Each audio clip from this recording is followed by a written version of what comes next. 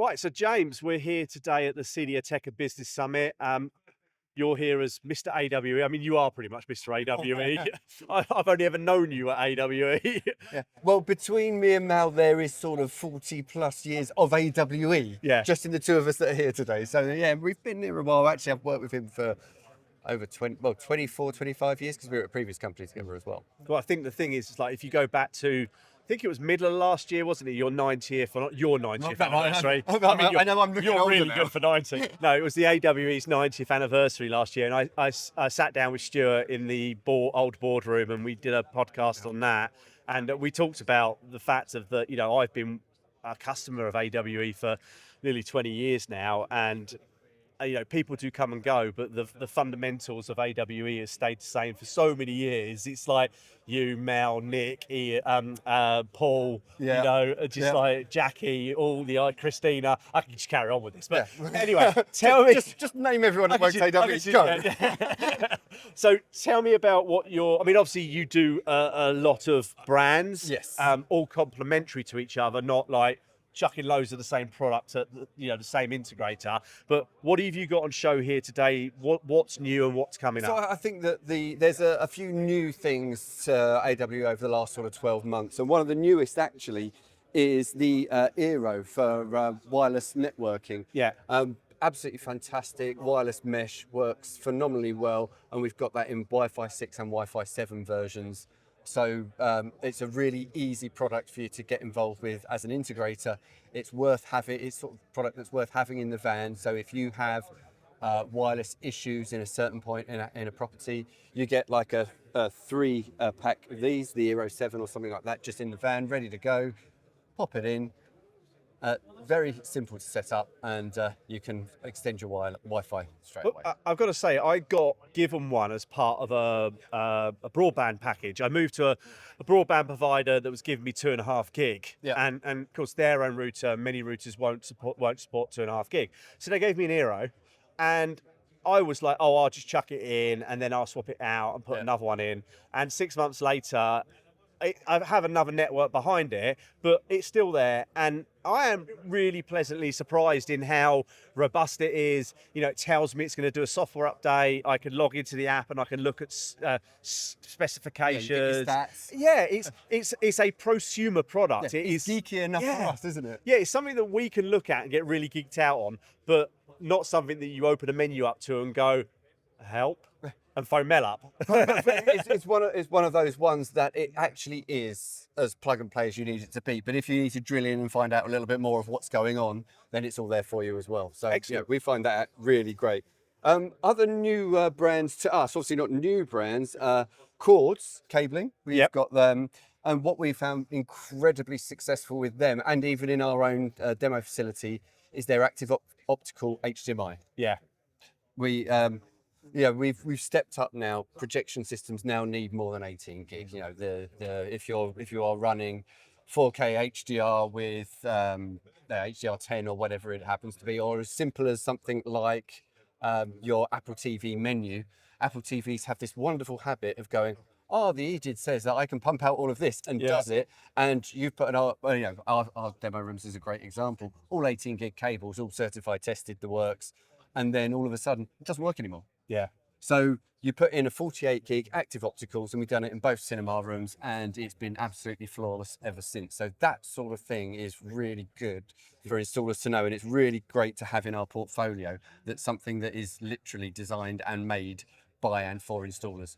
Yeah, and I mean, say active HDMI, optical HDMIs, we started using those as the integration business 5 years ago, whatever, to replace our runs of Cat 6. Yeah. Okay, we still put Cat 6 next to it, and they've been a lifesaver. You just go in, you pop it in, up to 100 meters, I think. It's 100 meters on a HDMI cable, where you're thinking an HDMI run, if it's longer than this, you're buggered. Longer than this, you start to worry, don't you? But no, it's absolutely great. And then they've got other HDMIs in there as well. So these ones here do them in really short lengths, so 0.3 to whatever, up to whatever length you like, really. But they're more for racks because they've got great bend radius, easy to get in. Cool. Excellent. So very, very nice product there. And of course, something that they're very famous for is their Slim Cat cable. And now they've got an external Slim Cat, which does use exactly the same connectors as the original Slim Cat cable. So you don't have to buy different things for the external one. And I think the pre-terminated patch leads. Yes. I think I was doing a job in London and flew over to the desk. I think I mentioned this in the podcast with Stuart. Flew over to the desk because I'm like, oh my God, I think it was the old network we put in was rear face. No, was front facing or rear facing. Right. But this one meant that my leads weren't reaching. That was it. It was front facing. So all my leads were nicely like this, but they were all like this long. Yep. So it's like, oh my God, what am I going to do? I'm like, how far's Epsom from here? And it was like in the van, 20 minutes, picked up a load of patch leads, back to the client's house and patched it in. And there's great things as well. They do these belt packs. So you just lots and lots of cables in there. Really nice, simple packaging. It's like it's like a Batman. Literally. Yeah, it's like a utility Installer-friendly. belt. Yeah. So for that kind of instance there, just a whole bunch of 1 meters all there ready to go for you. And then behind this, we've got Denon Home, which you did a video on the other day. Yes, I saw that. I did a video on those, and we did an integrated training with Trevor, if you know Trevor from Sound United. Great new product actually. So this is to replace the older Denon Home product, but this has come, it's significantly upgraded from before. So certain things have simplified. So on the back, the main connection now is just a single USB-C. Right. You can put, if you wanted to have this as a wired speaker rather than wireless, you put your Ethernet adapter in there, and they work with any Ethernet adapter. There's not a specific one that you have to put in with it or anything like that. Okay. They are all voice as well, but as we know, a lot of our clients really don't like having microphones and people listening to you. There is a hard switch on the back, and that is a mechanical switch that physically detaches. There is no remote way of making that attach back. You have to click it across if you want to or not use it. But from actual sound, not only are they a great speaker, so they've all actually Dolby Atmos music enabled as well. Obviously the small one, that's kind of uses DSP to do that. But once you go up to the Denon 400, and there's also a Denon Home 600, they've got up-firing speakers to do, so it's a stereo speaker. Yeah. And then up-firers to do Dolby Atmos, so you can have Dolby Atmos music on there. Okay. And am I right in thinking I saw me and Simon on the podcast the other day did a story on one of the new Denon amps, and later this year there's a software upgrade coming so you can use Denon Home as your rear surrounds. This is actually even better than it first sounds. Because that was like, I was like, really? Right, so it has to be the new Denon product because it's using I think it's Bluetooth LE, which is the one that's got basically no latency. Yeah.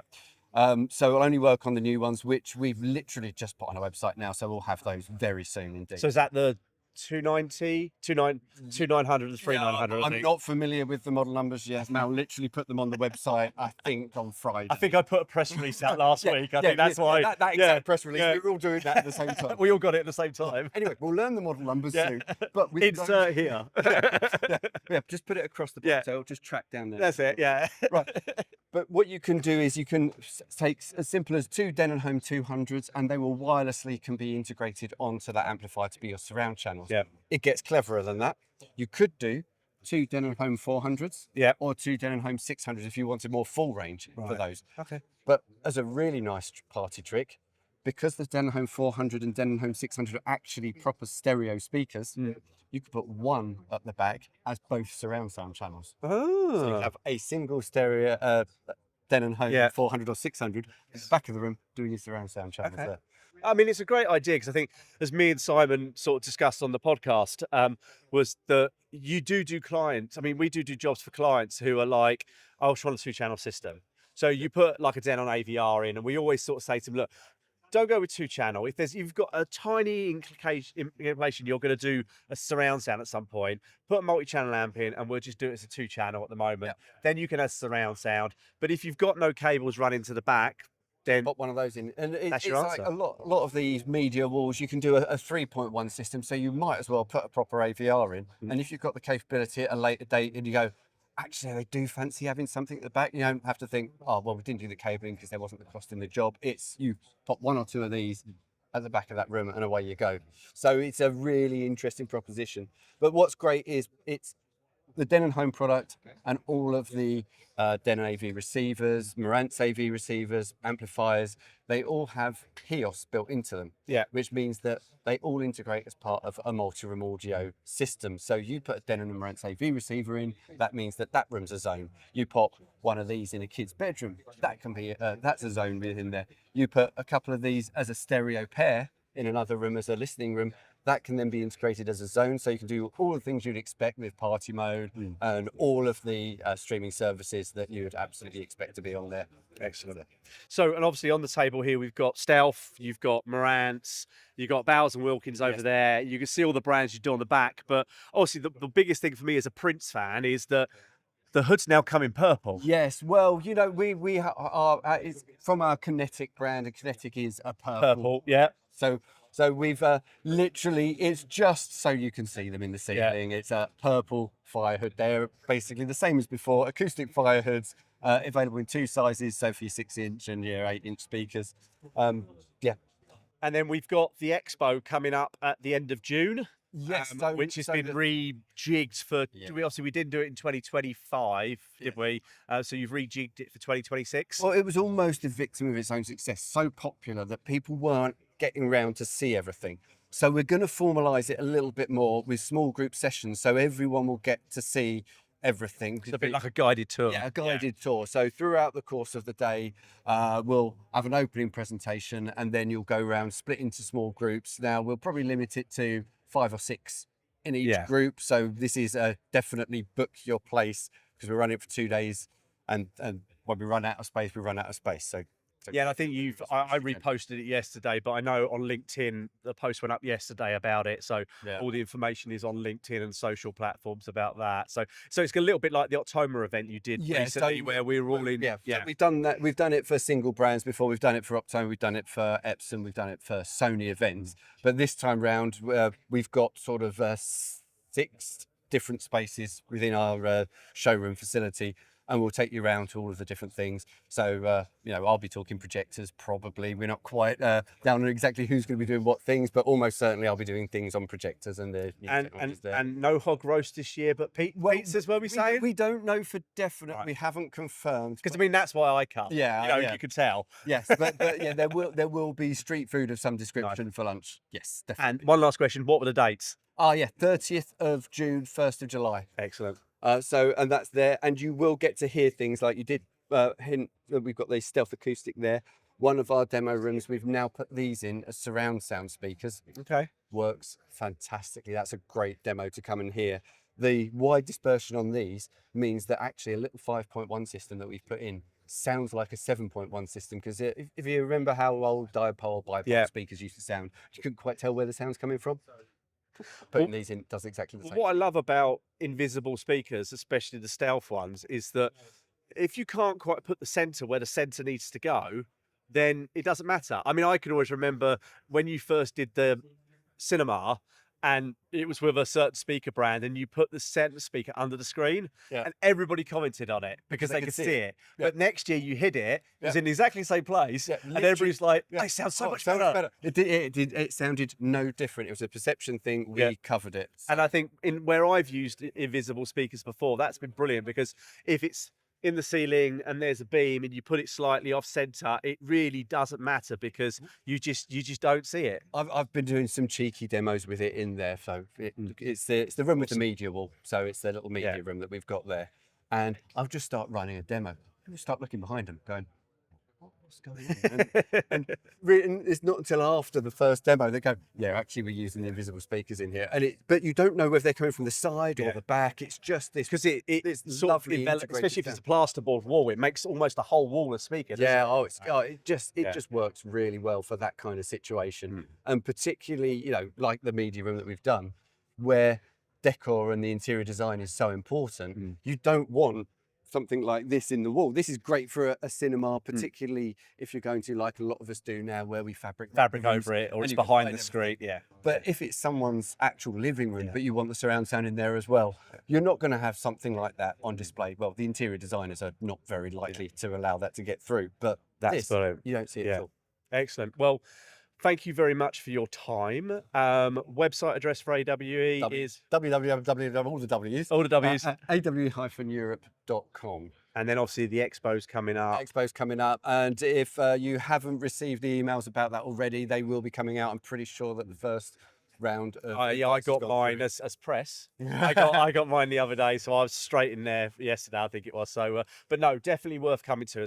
I've been to it pretty much every year it's been on, and it's always a great catch up. Great to see AWE. Great to see the product. So, James, thank you very much for your time, and I will see you again.